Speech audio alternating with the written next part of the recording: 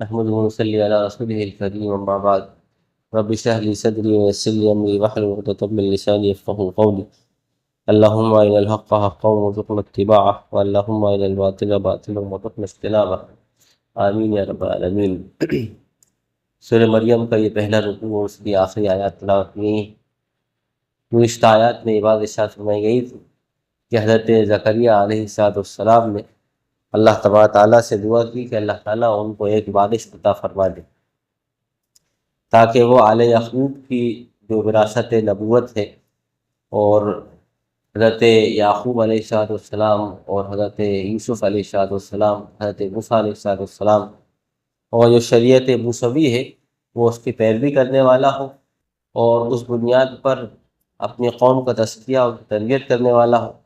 اور مسیحیت یا عیسائیت یا اس وقت کی بنی اسرائیل میں جو بگاڑ آ گیا اس کو دور کرنے والا بنے۔ تو اس لیے حضرت زکریہ علیہ السلام نے اللہ سے دعا فرمائی، اور یہ بات ارشاد فرمائی گئی ہے کہ وَإِنِّي خَفْتُ الْمَوَالِيَ مِنْ وَرَائِي، کہ میں اپنے پیچھے آنے والے جو میرے رشتہ دار ہیں، جو میرے ورثاء ہیں، ان سے میں خوف زدہ ہوں کہ ان کے جو اخلاقی بگاڑ ہیں، ان کے اندر جو فساد میں دیکھتا ہوں، اس سے مجھے ڈر ہے کہ کہیں وہ لوگ اس دین کو جو حضرت موسیٰ علیہ السلام کے شریعت کے طور پر ہمیں عطا کیا گیا ہے، کہیں وہ لوگ اس کو ضائع نہ کر دیں۔ اس لیے حضرت زکریہ علیہ السلام نے اپنے اللہ تبارک تعالیٰ سے ایک بیٹے کی درخواست کی، اور یہ بات بھی ارشاد فرمائی کہ میری بیوی بانجھ ہو چکی ہے، اب آپ اپنی خاص نظر کرم سے مجھے ایک اولاد عطا فرمائیں۔ یرثنی ویرث من آل یعقوب واجعلہ ربی رضیہ یا زکریا انا نبشرک بغلام۔ اب اللہ تبارک تعالیٰ سے دعا جب کی تو اللہ تبارک تعالیٰ نے حضرت زکریہ علیہ السلام کی دعا قبول فرما لی، اور جس وقت کہ آپ بیت المقدس میں اس کی یعنی کیونکہ حضرت زکریہ علیہ السلام بیت المقدس کی دیکھ ریکھ پر معمور تھے، اور اس وقت خود اس کے اندر آب خور جلانا، مطلب وہاں پر عبادت کرنے کے جو طریقے شریعت موسوی میں تھے، اس میں دھونی دینا اور اس کی حفاظت کرنا اور اس میں مختلف قسم کی ایکٹیویٹیز کرنا، یہ سب آپ کی ذمہ داری میں تھی۔ لہٰذا جس وقت آپ بیت المقدس میں کھڑے ہو کر اللہ تعالیٰ کا ذکر فرما رہے تھے کہ وہاں جیسے کہ بائبل کی روایات سے معلوم ہوتا ہے کہ وہاں حضرت جبرائیل علیہ السلام آپ کو نظر آئے، اور پھر وہاں پر حضرت جبرائیل علیہ السلام نے آپ کو اس کو خوشخبری دی، اس کی اللہ تعالیٰ سے آپ نے دعا فرمائی۔ اللہ تعالیٰ نے فرمایا یا زکریہ انا نبشرک بغلام اسمہ یحییٰ، اے زکریہ ہم آپ کو خوشخبری دیتے ہیں ایک بیٹے کی، جس کا نام یحییٰ ہے۔ لم نجعل له من قبل سمیہ، اور ہم نے اس سے پہلے اس نام کا کوئی فرد دنیا میں نہیں بھیجا، یعنی اس جیسا اس نام کا کوئی اور انسان ہم نے اس سے پہلے نہیں بھیجا جس کو نبی بنایا گیا، اس کو اللہ تبارک تعالیٰ نے قبول فرمایا۔ قال رب انا یکون لی غلام وکانت امرأتی عاقرہ، اور اللہ تعالیٰ فرماتا ہے کہ جب حضرت عقیل علیہ السلام نے جبرائیل نے بات ارشاد فرمائی کہ اللہ نے آپ کی دعا قبول فرما لی، اور اللہ تعالیٰ آپ کو خوشخبری دیتا ہے ایک بیٹے کی، اور اس بیٹے کا نام بھی اللہ تعالیٰ کی طرف سے تجویز فرما دیا گیا، وہ یحییٰ ہے۔ حضرت زکریہ علیہ السلام نے اللہ یعنی فرشتے سے سوال کیا کہ انا یکون لی غلام، اب بیٹا کیوں کر ہوگا؟ ابھی تو پہلے دعا کر رہے تھے کہ اللہ بیٹا عطا فرما دے، جب خوشخبری دے دی گئی کہ اللہ تعالیٰ تمہیں بیٹا دیتا ہے تو پھر مزید اس میں استفسار کیا اللہ زکریہ علیہ السلام نے کہ میرے بیٹا کیوں ہوگا، وکانت امرأتی عاقرا، جبکہ میری بیوی تو بانجھ ہو چکی ہے، یعنی وہ ایک بڑھاپے کے عمر کو پہنچ چکی ہے، میں بھی بوڑھا ہو چکا ہوں، اور ولادت کا جو طریقہ رائج ہے وہ بھی موجود نہیں، وقد بلغت من الکبر عتیہ، اور میں تو اپنے بڑھاپے کی بالکل سخت ترین عمر کو پہنچ چکا ہوں، یعنی میں اتنا بوڑھا ہو چکا ہوں کہ جس میں ہڈیاں اور اس طریقے سے بال میرے سفید ہو چکے ہیں، اور میں بالکل یعنی جیسے کہ بڑھاپے میں ہڈیاں جواب دے جاتی ہیں، اس طریقے سے اس کو قرآن فرماتا ہے کہ میں نے عتیہ یعنی بہت ہی سخت ترین بڑھاپے کو پہنچ چکا ہوں۔ اللہ تعالیٰ فرماتا ہے قال کذالک، اللہ نے فرمایا کہ بس اللہ تعالیٰ نے یہی فیصلہ فرما دیا ہے، اللہ تعالیٰ نے جب فیصلہ فرما دیا تو بس ایسا ہی ہو کر رہے گا، یہ اللہ تعالیٰ کی وہ قدرت ہے جس میں یہ کہا گیا قال کذالک، اللہ تعالیٰ نے بس یہی اللہ تعالیٰ کی طرف سے ارادہ فرما لیا گیا ہے، یہی اللہ کا حکم ہے، ویسا ہوگا۔ قال رب هو علی ہین، آپ کے رب نے یہ بات ارشاد فرمائی کہ ایسا کرنا میرے لیے بہت آسان ہے، یعنی یہ اللہ تعالیٰ کے لیے ناممکن نہیں ہے کہ ایک بوڑھے کو اللہ تعالیٰ اولاد سے نہ نوازے، اللہ تعالیٰ کے لیے ایسا کرنا بہت آسان ہے۔ وقد خلقتک من قبل ولم تک شیئا، پھر اللہ تعالیٰ نے اس سے عجیب یعنی اللہ تعالیٰ کی عظیم قدرت کی طرف اشارہ فرمایا کہ اے زکریا میں نے تجھ کو بھی تو پیدا کیا اس سے پہلے جبکہ تیری کوئی حیثیت لم تک شیئا یعنی تمہاری کوئی شے کوئی چیز موجود نہیں تھی، پھر بھی میں نے تم کو وجود بخشا اور تمہیں اللہ تبارک تعالیٰ نے نبوت سے سرفراز فرمایا جبکہ تمہاری کوئی حقیقت نہیں تھی۔ جب میں تم کو پیدا کر سکتا ہوں اور تمہیں اپنا برگزیدہ اور اپنا قریبی بنا سکتا ہوں تو یہ میرے لیے کوئی مشکل بات نہیں کہ تمہارے بڑھاپے میں اگر کہ تمہاری بیوی بانجھ ہے تمہیں کوئی اولاد عطا نہ کر سکوں، یہ میرے لیے ناممکن نہیں۔ قال رب اجعل لی آیہ، حضرت زکریا علیہ السلام نے اللہ تعالیٰ سے درخواست کی کہ اللہ تعالیٰ میرے اس سے کے لیے کوئی نشانی مقرر کر دے کہ ایسا اگر مجھے اولاد اللہ تعالیٰ کو عطا فرمانا ہے تو کوئی نشانی مقرر کر دے جس سے میں جان سکوں کہ اللہ تعالیٰ کی طرف سے وہ واقعہ یا وہ امر پورا ہونے والا ہے۔ قال آیتک اللہ تکلم الناس ثلاث لیال سویا، اللہ تعالیٰ نے فرمایا کہ اس کی نشانی یا اس کو پہچاننے کا یا اس کو سمجھنے کے ذریعہ یہ ہے کہ تم لوگوں سے 3 رات تک مستقل بات نہ کر سکو گے، یعنی پھر یہ ہوگا کہ تمہاری زبان سے گفتگو نہیں ہو سکتی، تم بات نہیں کر سکو گے۔ بھائی یہ اس بات کی دلیل ہے کہ اللہ تعالیٰ کی طرف سے وہ امر پورا ہو چکا اور تمہاری بیوی استقرار حمل اس کو ہوا ہے۔ فخرج على قومه من المحراب فاوحى اليهم ان سبحوه بكرة وعشيا، پھر اللہ تعالیٰ فرماتا ہے کہ پھر حضرت زکریا علیہ السلام اس محراب سے جو بیت المقدس میں عبادت خانے، محراب کا مطلب یہ محراب نہیں جس میں امام نماز پڑھاتا ہے بلکہ بیت المقدس میں چونکہ الگ الگ عبادت خانے تھے، الگ الگ حجرے تھے جن میں لوگ عبادت کیا کرتے تھے۔ حضرت مریم علیہ السلام کا بھی ایک محراب تھا، ایک حجرہ تھا جس میں آپ جو ہے وہاں اعتکاف فرماتی تھیں اور پھر وہاں آپ اللہ تعالیٰ کی اطاعت و فرمانبرداری کرتی تھیں، عبادتیں کرتی تھیں۔ جب آپ اپنے حجرے سے نکلے، قرآن فرماتا ہے اپنے محراب سے نکلے فاوحیٰ الیہم، تو ہم نے وحی کی ان کی طرف۔ حضرت زکریا علیہ السلام نے کہا کہ لوگوں سے ان سبحوہ بکرۃ وعشیٰ، کہ تم صبح و شام اللہ تعالیٰ کی تسبیح بیان کرتے رہو۔ یا یحییٰ خذ الکتاب بقوہ، اب اللہ تعالیٰ کی طرف سے وہ پیشین گوئی پوری ہوئی۔ حضرت زکریا علیہ السلام کو اللہ نے اولاد عطا فرمائی، ان کا نام یحییٰ تھا۔ اب اس کی تفصیل جو بیچ کی تفصیل ہے وہ قرآن مجید میں اس کو ترک کر دیا گیا۔ اس کی وجہ یہ ہے کہ ظاہر بات ہے کہ جب وہ پیدا ہوئے، زکریا ان کی پرورش فرمائی، پھر وہ وقت کے بعد نبی بنے، اب ان کو جو اصلی ذمہ داری دی گئی تھی اس کو قرآن مجید نے ذکر فرمایا۔ اللہ تعالیٰ فرماتا ہے یا یحییٰ خذ الکتاب بقوہ، اے یحییٰ کتاب کو مضبوطی سے تھامو۔ اب یہ کتاب سے مراد اصلاً وہ حضرت موسیٰ علیہ السلام پر نازل کردہ تورات، کیونکہ یہی اصلی شریعت تھی، بنی اسرائیل کی شریعت اللہ نے عطا فرمائی تھی وہ تورات کی، اسی میں تمام احکامات تھے۔ اور چونکہ اس وقت تک بنی اسرائیل نے تورات کے اندر تحریفات کر دی یا اس کو اپنی خود ساختہ تعویلوں کے ذریعے سے اپنے من چاہی طریقے پر اس کو مولڈ کر لیا، یعنی عبادات کے نظام کے اندر، معاملات کے نظام میں اور اس طریقۂ شریعت کے دیگر امور میں انہوں نے بنی اسرائیل نے اپنے اعتبار سے اس میں رد و بدل کر دیا تھا، یا اس کے بعض واجبات کو مستحب اور بعض مستحبات کو واجب ٹھہرا لیا تھا، جیسا کہ آج ہماری صورتحال ہے کہ جو امور واجبات ہیں، جو فرائض ہیں، جو حقوق ہیں، ان پر تو ہماری اتنی نظر نہیں ہے، نہ ہی ہم اس پر اتنا زیادہ یعنی اس کو اہمیت دیتے ہیں، لیکن جو مستحبات ہیں یا جو کہہ سکتے ہیں جو سنن غیر واجبہ ہیں ان میں ہم بہت زیادہ اپنا یعنی فوکس کرتے ہیں۔ مثال کے طور پر نماز کے طریقہ اللہ کے رسول اللہ نے مختلف طریقے مروی ہیں، لیکن اور باقی اتنے بھی طریقے ہیں جس میں کہیں ہاتھ باندھنا ہے، کہیں رفع یدین کرنا ہے، کہیں رفع یدین نہ کرنا ہے، کہیں آمین کہنا ہے، کہیں آمین کو جہر نہ کہنا ہے، یہ تمام مستحبات۔ لیکن آپ دیکھیے کہ یعنی یہ کہہ سکتے ہیں کہ دنیا پرست لوگوں کے اپنے خاص ذاتی مفادات کے نتیجے انہوں نے ان مستحبات کو دین کا بنیادی رخ لیا، بنیادی حصہ بنا دیا، اور اس پر مسلمانوں کے در اختلاف اور اختلاف پیدا کر دیا، اور اس بنیاد پر ایک دوسرے کا کفر و تفسیق یعنی فسق تک لوگ آگے بڑھ گئے کہ فلاں کی نماز نہیں ہوئی، فلاں کا روزہ نہیں ہوا، اور فلاں کی زکوٰۃ نہیں ادا ہوئی کیونکہ اس نے ہمارے مسلک کے اعتبار سے زکوٰۃ ادا نہیں۔ تو یہ مستحبات کی چیزیں، لیکن قرآن مجید نے یہ ارشاد فرمایا کہ اللہ تعالیٰ نے حضرت یحییٰ کو یہی حکم دیا خذ الکتاب بقوہ، کہ تم کتاب کو بہت مضبوطی سے تھامو، اور وہ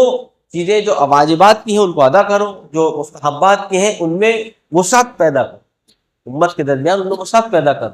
اور اگر کوئی ان کو کر رہا ہے تو اس کی اچھائی بیان کرو، اور کوئی نہیں کر رہا ہے تو اس کے اوپر نکیر مت کرو، اس کو دین سے جو ہے پہرا یعنی اس کو دین سے بالکل دور نہ کر دے۔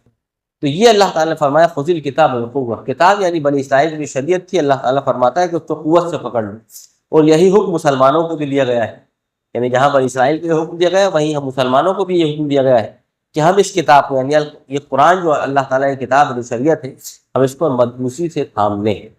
اور اس کے اوامر کو اور اس کے واجبات کو عمل کریں، اور جس معاملے میں اللہ کے رسول صلی اللہ علیہ وسلم نے ہمیں وسعتیں عطا فرمائی اس میں وسعت سے کام لیں، امت کے درمیان وسعت پیدا کریں، امت کے درمیان چیزوں کو آسانی کے ساتھ شریعت پر عمل کرنے کے راہیں اور اس کی راستے متعین کریں اور واضح کریں، اور جھگڑے اور اختلافات کو کم کریں۔ تو اللہ تعالیٰ فرماتا ہے یا یحییٰ خذ الکتاب بقوۃ وآتیناہ الحکم صبیا، اور ہم نے ان کو حکمت عطا فرمائی تھی جبکہ وہ ابھی بچے تھے، یعنی ان کی عمر ابھی جوانی کو نہیں پہنچی تھی، لیکن اللہ تعالیٰ نے ان کو حکمت عطا فرما دی۔ یہ اللہ تعالیٰ کا کرم تھا یحییٰ کے ساتھ۔ وحنانا من لدنا، اور وہ ہماری طرف سے ان کو خاص ایک ان کے دل میں حنان، ایک محبت، ایک شفقت، ایک رحمت، ایک رافت ڈال دی گئی۔ حنان جو ہے وہ اصلاً ماں کی صفت، ماں کے اندر جو محبت پائی جاتی ہے اپنے بچے کے لیے اس کو عربی زبان میں حنان کہا جاتا ہے، یعنی انتہائی شفقت، انتہائی محبت ایک ماں اپنے بچے کے لیے رکھتی ہے کہ پھر وہ اپنے اس جگر گوشے کے لیے جو چاہتی ہے وہ قربان بھی کر سکتی ہے، یہاں تک کہ اپنے لخت جگر کو اپنے خون جگر سے سینچتی ہے اور اس کے لیے رات و دن محنت و مشقت کرتی ہے، اور اس کی راحت کے لیے ہر وہ سامان فراہم کرنے کی کوشش کرتی ہے جو بھلے ہی اس کی خود اپنی اپروچ سے اور خود اپنے جو کرائٹیریا سے باہر، لیکن وہ چاہتی ہے کہ اس کی اولاد کو تمام نعمتیں اور تمام اس کو وہ چیزیں حاصل ہوں۔ تو اللہ تعالیٰ فرماتا ہے کہ حضرت یحییٰ علیہ السلام کے اندر اللہ تعالیٰ نے وہ شفقت اور وہ محبت پیدا کی تھی ان انسانوں کے لیے جن کی طرف ان کو اللہ تعالیٰ نے نبی بنا کر بھیجا، کہ وہ بمنزلہ یعنی ایک ماں کے طور پر، ماں کے مرتبے میں وہ اپنے یعنی بنی اسرائیل کے لوگوں سے محبت کرتے تھے، ان کے ساتھ شفقت کے ساتھ پیش آتے۔